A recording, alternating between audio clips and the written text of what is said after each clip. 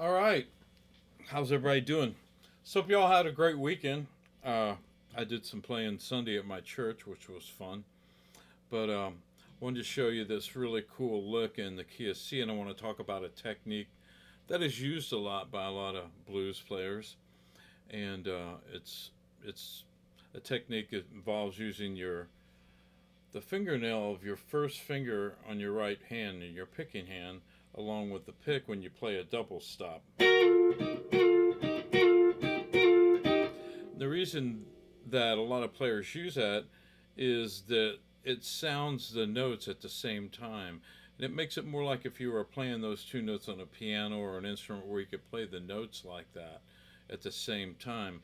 If you play it with a pick, you probably don't hear it, but there's a slight millisecond delay. I mean, it's a millisecond, but a lot of cats learn to do this technique. Let me play the lick and then I'll explain the lick, and then when I'm explaining the lick, I'll talk about how to play that double stop part.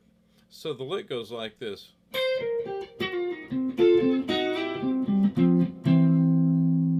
One more time.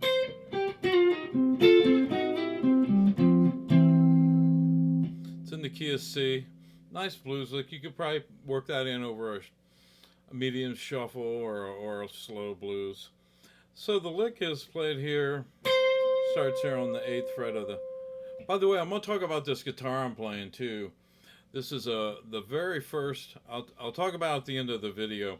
I had somebody criticize me because I talked too much on one of my videos. He said I wasted 7 minutes of his life talking about a story, and I thought, okay, that's cool. But if you don't want to hear the story at the end of this, you don't have to hear it. So I'll teach you the lick, and then I'll talk about this guitar at the end if you want to know about the guitar. So this lick starts here on the 8th fret with your first finger on the high E string. And you could use your 3rd or your 4th finger here on the 11th fret of the B string down to the 8th fret of the B string. Like I said, you can use your 3rd or 4th finger. Then you do a slide here from the 11th to the 10th fret on the G string with your 3rd finger. So then you do a pull off there from the 10th to the 8th fret on the G string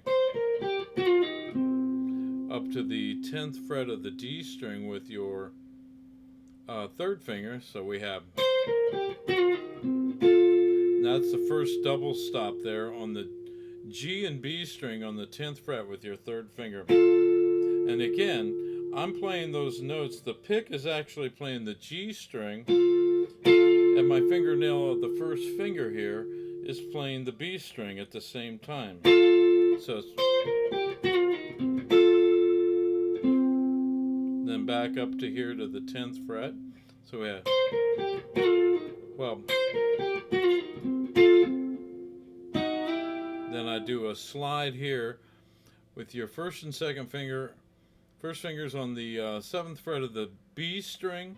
2nd finger is on the 8th fret of the G string. And you do a half step slide. Just slide that all up. And again, I'm doing that double stop again with my pick and the fingernail of my first finger. So we got, that's what we have so far. Then you come up here with your 3rd finger on the 10th fret of the D string, roll it up to the 10th fret of the A string. So now we have, then you come up here with your first finger on the 8th fret of the A string, and then you place your 4th finger on the 10th fret of the D string. Play those again, double stop. Then you slide the your first finger down to the 7th fret of the A string. So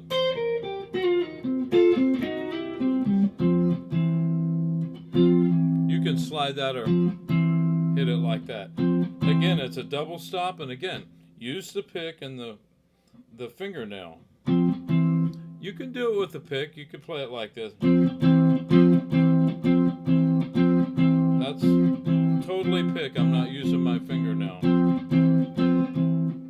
with the fingernail. And again, the only difference is when you use the tip of your fingernail to play it with the pick, you hit the notes at the exact same time. So again, it's kind of like the approach of playing a piano, you know. That's why a lot of guys like to play with their hands when they're playing chords. Because when you play all the notes at the same time, it's more like a piano player. So anyway, so one more time.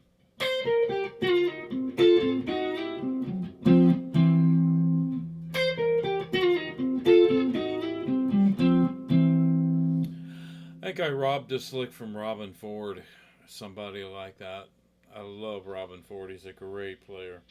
So anyway, that's it. You could transpose that, play in the key of A. You know, try to transpose all these licks that you learn. If you're trying to build a blues vocabulary or library or whatever you want to call it, you know, try to learn them in all the keys. You know, key of D, E.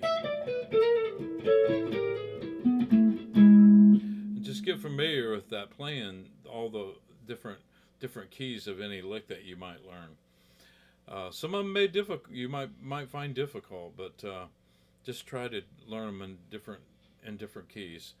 So this guitar was built for me by a guy by the name of Van Flowers, who owns a company called Phat Guitars, Phat. No longer in existence. He was up in Virginia. He built guitars back in the 80s and into the 90s and into the 2000s. And then I think he closed his factory around 2019, somewhere in that area, maybe sooner. He built this guitar for me in 2016. It's a one of. I'll show you the back of the headstock here. Let me turn it around so you can see that it's number one, and it's called the Remington Telly. Now, the reason it's called the Remington Telly is very obvious. As you can see, it has a Remington all over it. So this body is swamp ash, and it's pretty much a Telly. He made Strat style guitars and Telly style instruments, you know. But so it's pretty much just like a Telecaster. But so the top is made with 60-year-old Remington ammo crates. He found these in a bargain. I think he was in a bargain shop somewhere, and he saw these ammo crates sitting there, and he saw them. He says, "Man, I'd love to buy those." So the guy sold them to him, and he says, "Man, I'm going to use those to make guitars out of them." I thought, you know, and he did. So he called me up, and I was on tour with Larry Howard at the time, and I'd just gotten an endorsement from Melanson Guitars, and I was playing their guitars, but he says, "Man, let me build you a guitar. I want to build you a guitar." And I said, "Well, you know, I'm endorsed by Melanson Guitars, and you know, I'm real happy with the guitar I'm playing, and I'm not looking to change." He says, "I'm going to build you one anyway." So we had been friends and had been friends for many years. He's a guitar player, by the way. I love people that build guitars that actually play guitars, because I believe they have a little more knowledge and what they're doing, and they know what it should feel like, what it should sound like, and all that business. So anyway, and these pickups are hand wound by a guy by the name of Dominger. I can't pronounce Dominger, I think's his name. Josh Dominger. I'm gonna put a couple of links in this where you can check out the guitar and the guy that built the pickups. And the inlays are just little pearloid inlays, nothing fancy. Neck's pretty, 22 fret, I guess. Anyway, one of the touches I really Doug, though, what he did, he actually took the end of shotgun shells and made them the volume and tone knob. What a touch! I mean, that's just killer. You know, I have a couple of friends that they're shooters, and one guy in particular. He lives in the UK, and he teaches shooting. You know, he's a sharpshooter, but he loves this guitar, and I can tell why. So this is a very unique. I think Van built a few more of these, but this is the first one that he built. This one was actually in a couple magazines after he built it. He sent it to a couple magazines, and they put it in the magazine. I don't remember which magazines. I don't think it was. I can't remember. Guitar World, I think. Not real sure. But I enjoyed the guitar. I don't play tellies a whole lot. Although I own a few of them. I just got a real nice one, by the way. But I like this guitar a lot. I like the tone of it.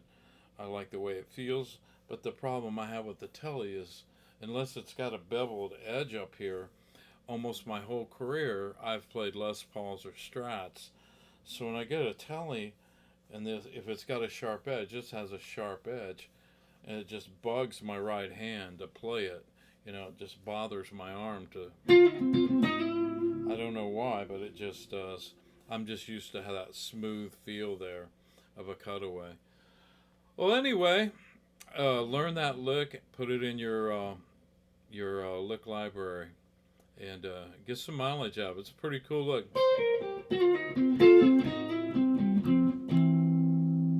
Some cool double stops right there. Again, work on that technique too. What you do is you play the. It took me a while to get it where I could.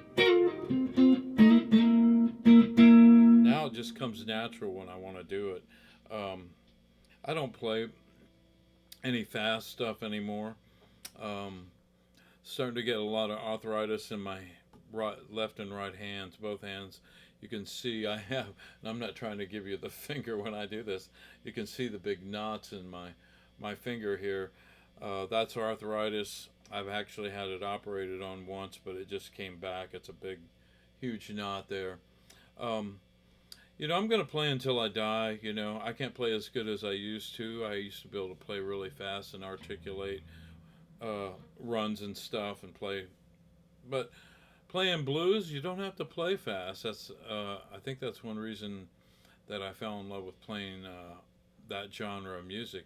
I used to play jazz. I used to be a classic. My DNA is playing classic rock, Jimi Hendrix, and a lot of those cats back from the late '60s. Jerry Garcia, all that.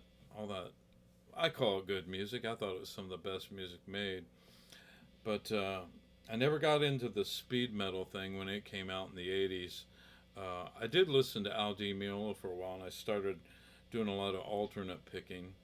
My legato, I used to play a lot of legato licks, and then I heard Di Meola play, and I started picking every note, doing alternate picking. And then as I got older, my whole speed thing just fell apart. I can't play that fast anymore. But again, I'm playing a genre of music where you don't have to play fast. And to be honest, I think personally, I like hearing someone that plays a solo that's real melodic and tasteful. And don't get me wrong, I like hearing these guys can play fast. Andy Wood, I don't know if you ever heard that guy play. What an incredible musician. I mean, he is so good. And there's a bunch of guys like him. And they play fast. I mean, they're amazing and truly talented. But physically, I just can't do it anymore. But I still love to play, though. So I just play what I can do. And if the audience likes it, that's cool. And if they don't, they don't. I'm just trying to still, be an ambassador for music and play because I love it. So anyway, learn the lick, and I'll put a couple links on about the guitar and the pickups. The guy still builds pickups, and these are great sounding pickups. Let me put a little dirt on it here.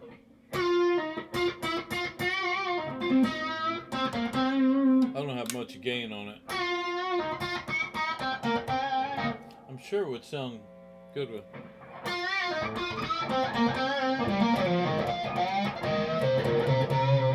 Not bad.